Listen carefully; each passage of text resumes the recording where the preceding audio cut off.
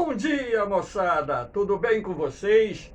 Aqui quem vos fala é o professor Eugênio Bastos, canal Geogênio, a serviço dos alunos que gostam de estudar e passar em concursos.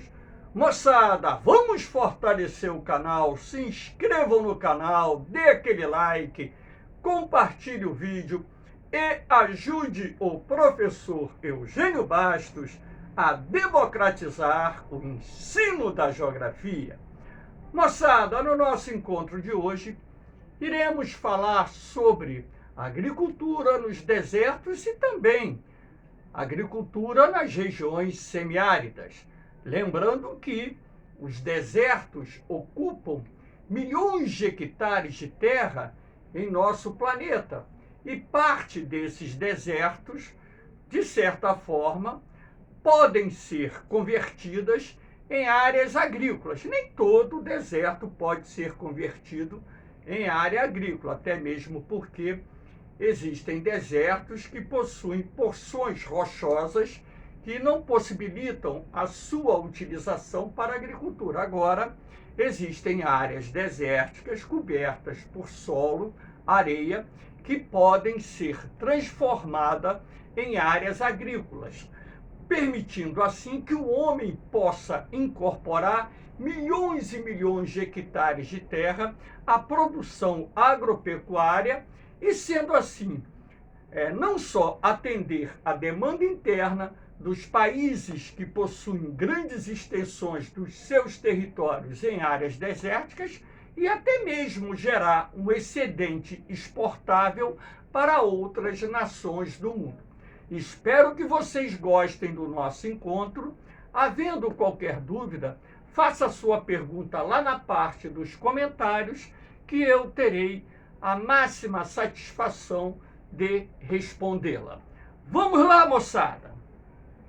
Então, para começar o nosso encontro de hoje, nada melhor do que essa imagem aérea do deserto de Rub' al-Khali, na Arábia Saudita, onde nós podemos observar esses círculos verdes, que na verdade são áreas irrigadas que estão sendo destinadas à produção agrícola.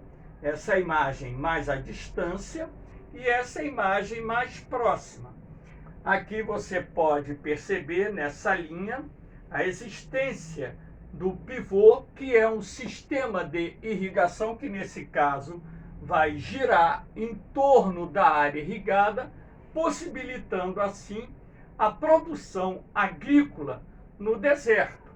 Então, essa imagem mostra a vocês o que a Arábia Saudita tem feito para converter parte do seu deserto em uma região agrícola. Lembrando que a Arábia Saudita se encontra na Península Arábica e o país é totalmente dominado pelo clima árido e também em algumas áreas pelo clima semiárido. Então vamos lá, moçada. Aqui nós temos o sistema de pivô, onde percebe-se o deserto saudita e um campo de cultivo. Cultivar o deserto é simples? Não, não é simples. Primeiro, você tem que ter a disponibilidade de água. E países que possuem desertos em seus territórios, normalmente apresentam a escassez física de água. Todavia, é possível, em alguns casos, que você consiga extrair água doce dos aquíferos, ou seja, do lençol freático. No caso da Arábia Saudita, nós temos ali aquíferos, ou seja, que foram formados há milhões de anos, que constituem um bom reservatório de água, que, se mantido os padrões de utilização dessa água para irrigação da lavoura, garantiria pelo menos a produção agrícola por aproximadamente 80 anos em regiões áridas da Arábia Saudita.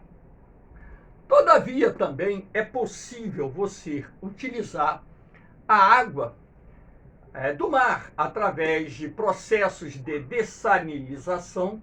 É possível você utilizar essa água do mar para irrigação de lavouras, desde que esse processo, de fato, consiga eliminar substancialmente os sais, evitando assim que ocorra a salinização do solo, que seria prejudicial e inutilizaria o solo para a produção agrícola. Também é possível utilizar, no caso da Arábia Saudita, a água que é encontrada nos rios temporários. A Arábia Saudita, ali próximo ao Mar Vermelho, tem uma cadeia de montanhas. E ali ocorrem, principalmente no verão, na primavera e no verão, chuvas orográficas.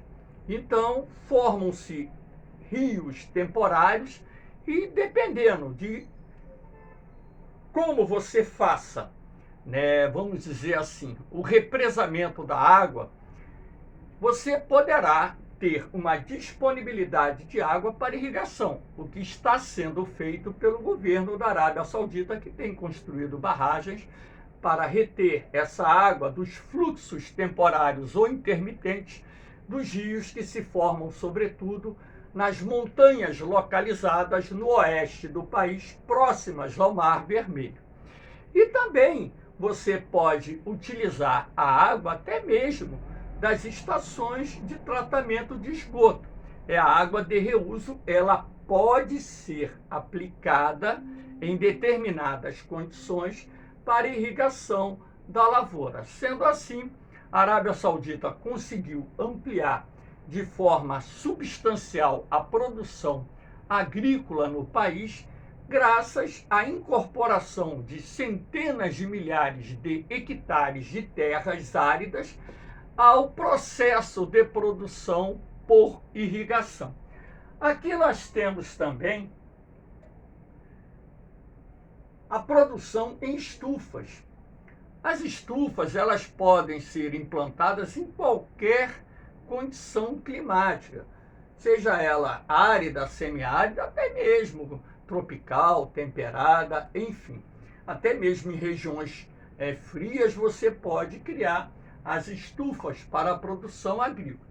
Aqui nós temos uma estufa no deserto da Arábia Saudita, onde você pode perceber o cultivo de um determinado produto. Então, a Arábia Saudita é um país muito rico, em função de ser um dos maiores produtores e exportadores mundiais de petróleo. Os petrodólares fizeram da Arábia Saudita um país muito rico, razão pela qual o governo tem disponibilidade de recursos para poder investir no desenvolvimento de novas tecnologias agrárias, e uma dessas tecnologias que vem sendo implantadas no país é a criação de fazendas com estufas modernas, onde ali se cultiva não só hortaliças, como verduras, legumes, tubérculos, frutas, que não só abastecem as cidades sauditas, como também, em alguns casos, geram excedentes exportáveis. Então, aqui nós temos essa imagem de uma estufa bem grande no deserto da Arábia Saudita. Aqui nós temos agricultura irrigada em Israel. Israel é um país localizado quase totalmente numa região de clima árido e também algumas áreas de clima mediterrâneo. Então, o que acontece? Em Israel, boa parte do território está localizado numa região desértica, o deserto de Negev.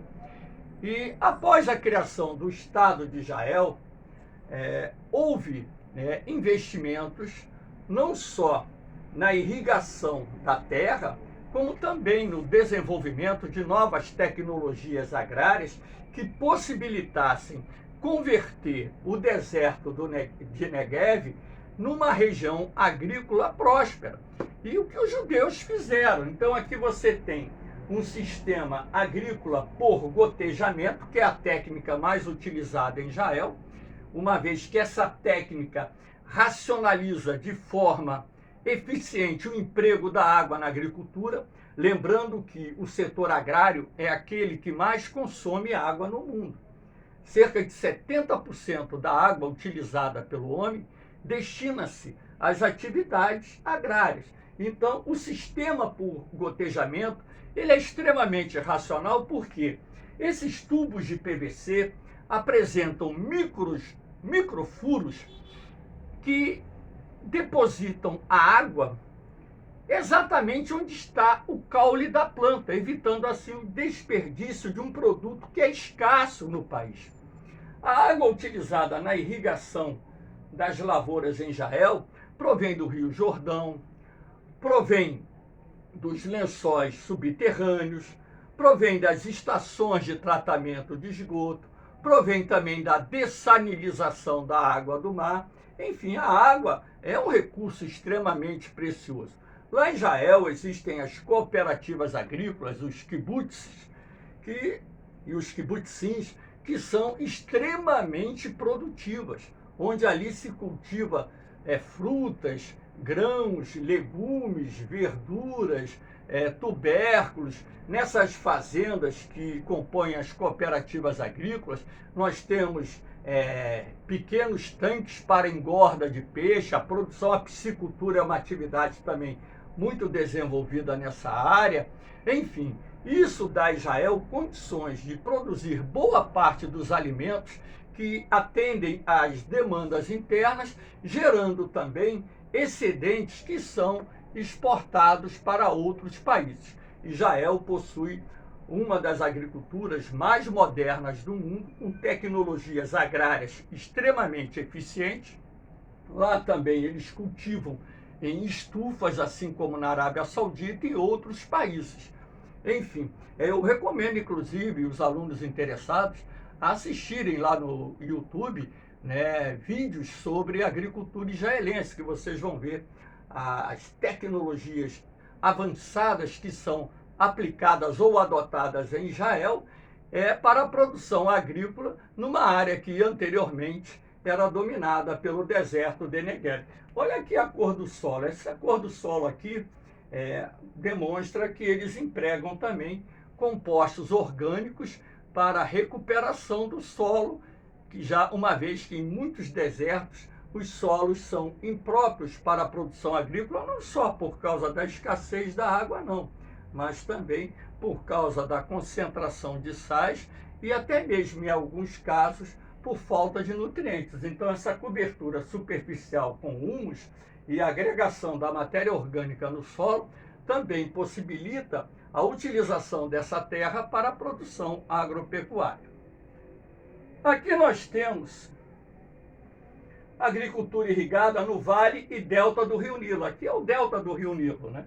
Então, esse traço verde aqui, na verdade, acompanha o leito do Rio Nilo, onde você tem uma agricultura irrigada desenvolvida nas várzeas do Rio Nilo e também nas suas proximidades. Aqui no delta do Rio Nilo, aqui é o Mar Mediterrâneo, essa parte azul, aqui é a região do Sinai, aqui é o Mar Vermelho, né? Você pode perceber que uma grande área do deserto do Saara foi convertida numa região agrícola. Então, no caso do Egito, a disponibilidade de água, ou quase toda a água utilizada na irrigação das lavouras, provém do Rio Nilo. Agora, não só do Rio Nilo. O Egito também começou a utilizar a água de estações de tratamento de esgoto para irrigação da terra, principalmente nas áreas destinadas à silvicultura, ou seja, o plantio de árvores. Então, o Egito ele se transformou num grande produtor de frutas, legumes, verduras, tubérculos. E dessa forma, essa produção não só atende à demanda do mercado interno egípcio, assim como gera um excedente exportável. E na medida que você estabelece comparativamente as imagens ano a ano aqui dessa região do delta do Nilo e do vale do Rio Nilo, você vai percebendo que a área irrigada, aos poucos, vai aumentando. Essa parte aqui, ó, mais escura, frente a essa parte mais clarinha, são áreas mais recentes que estão sendo incorporadas à irrigação. Então, daqui a alguns anos, né, nós teremos toda essa parte aqui incorporada à agricultura no Egito. Então, o Egito tem conseguido transformar também, graças à irrigação, ao desenvolvimento de tecnologias agrárias, o deserto do Saara numa região agrícola pujante. Lembrando que o Vale do Rio Nilo e o seu delta, historicamente, constituem regiões agrícolas tradicionais, destinadas ao cultivo do arroz, destinadas ao cultivo do milho, destinado ao cultivo do algodão. Agora, houve nos últimos anos, nas últimas décadas, uma diversificação bastante interessante da agricultura egípcia. Aqui nós temos o dry farming, a agricultura de terra seca. O dry farming é um sistema agrícola que surgiu ali na região da Europa mediterrânea, na Espanha, por exemplo, em Portugal, no sul da França, áreas da Itália, enfim. Quando se fala agricultura em terra seca, né, farming é agricultura, dry, seca. Então, na verdade, constitui uma técnica que possibilita você cultivar produtos agrícolas numa região de déficit hídrico, ou seja, onde o regime pluviométrico, se não durante todo o ano, ou pelo menos em boa parte do ano, é muito baixo. Então, por exemplo, o dry farming lá nos Estados Unidos, ele é mais utilizado no sudoeste do país, no sul da Califórnia. Então, grandes máquinas agrícolas, grandes tratores, removem o solo que se encontra nas camadas internas, que é um solo mais úmido e mais rico em nutrientes, e coloca esse solo na superfície. Então, é uma técnica de grande eficiência. O dry farming também consiste em você construir valas, fazendo a captação de água de um rio, pode ser até mesmo um rio temporário durante a estação das chuvas, para levar essa água em direção a uma região árida ou semiárida, com o objetivo de elevar o nível do lençol freático.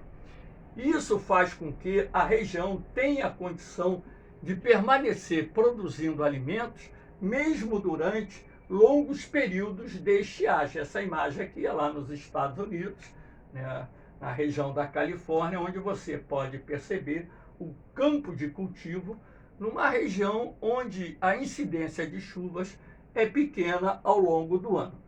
Então, através do sistema de dry farming, por exemplo, lá nos Estados Unidos, você tem a fruticultura, você tem o cultivo da vinha, por exemplo, da uva, você tem o cultivo da laranja e tantas outras lavouras que se adaptam e podem ser cultivadas através desse sistema de grande eficiência.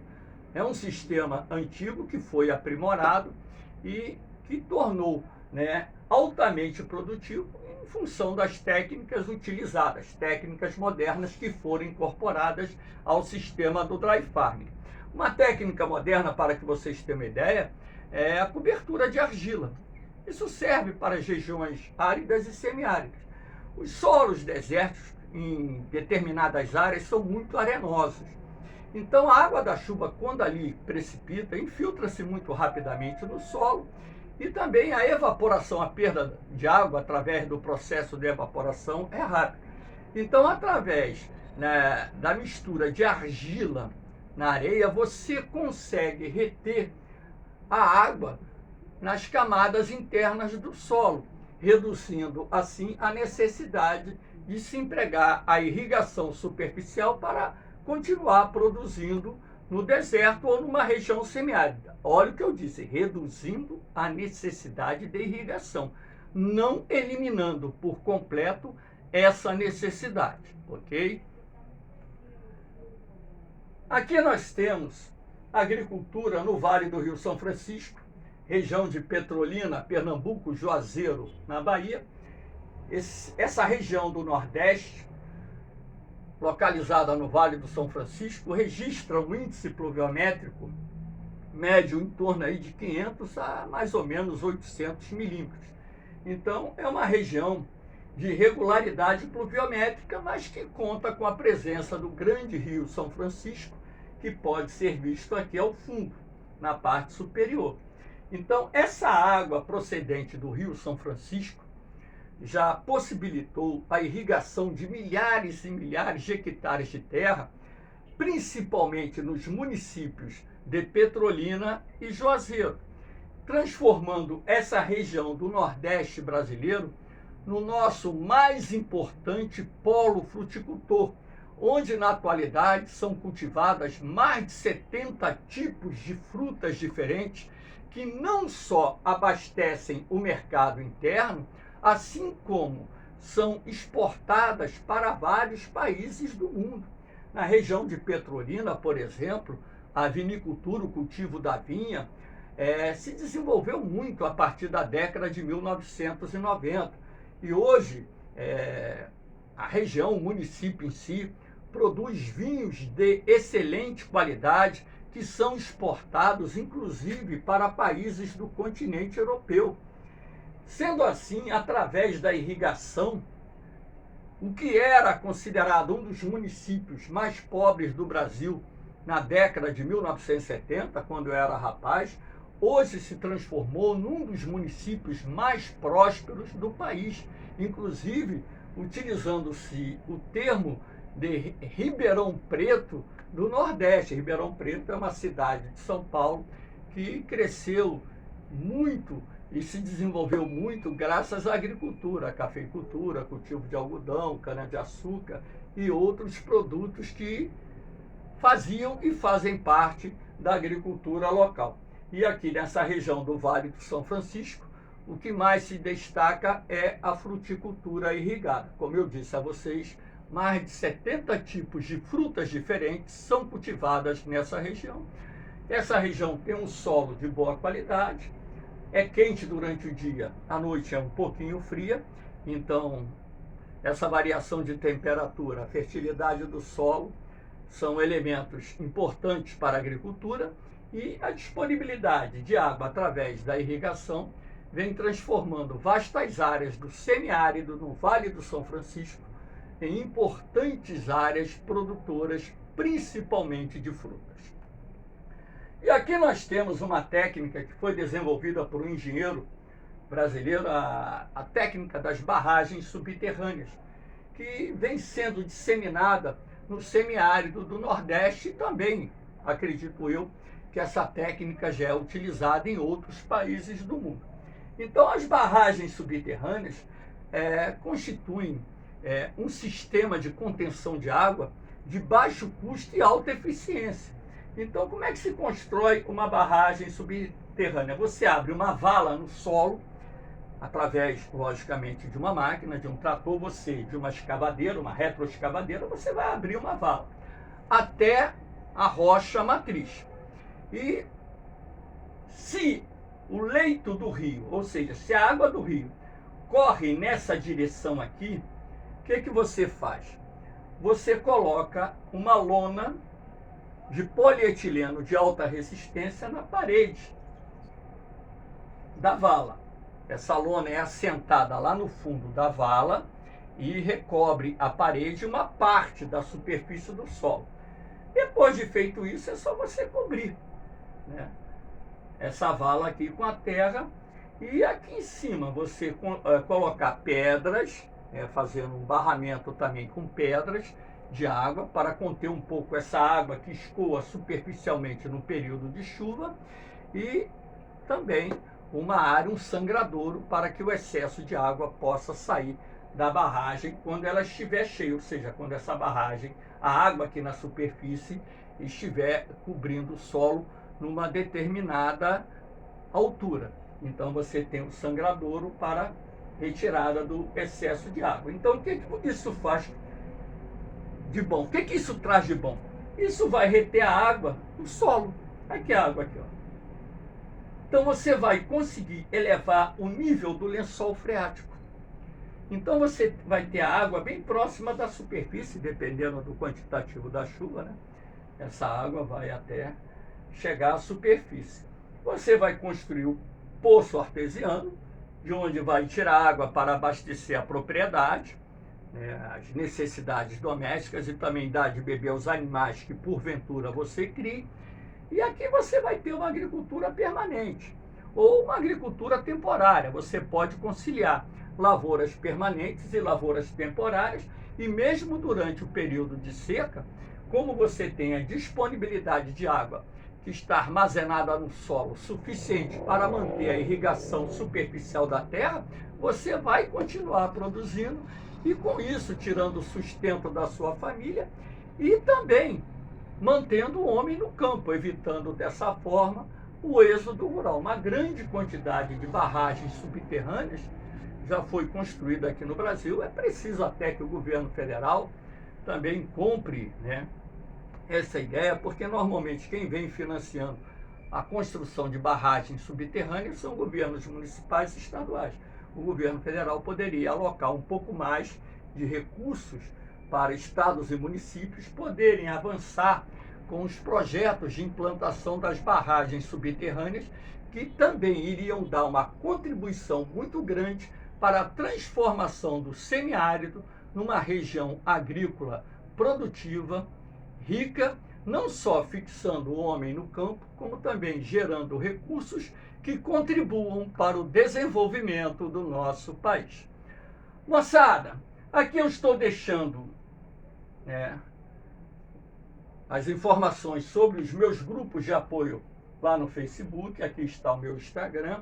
Nesses grupos de apoio existem os meus materiais, meus módulos de apostila, bancos de questões, provas comentadas e tudo isso para auxiliar vocês na preparação que estão tendo para os futuros concursos que irão prestar ao longo das suas vidas. Espero que vocês tenham gostado do nosso encontro. Dê aquele likezinho, se inscrevam no canal, compartilhem o vídeo e ajudem o professor Eugênio Bastos a democratizar o ensino da geografia. Moçada, um beijão no coração de vocês, um forte abraço, fiquem com Deus, eu vou, mas eu volto, hein? Fui!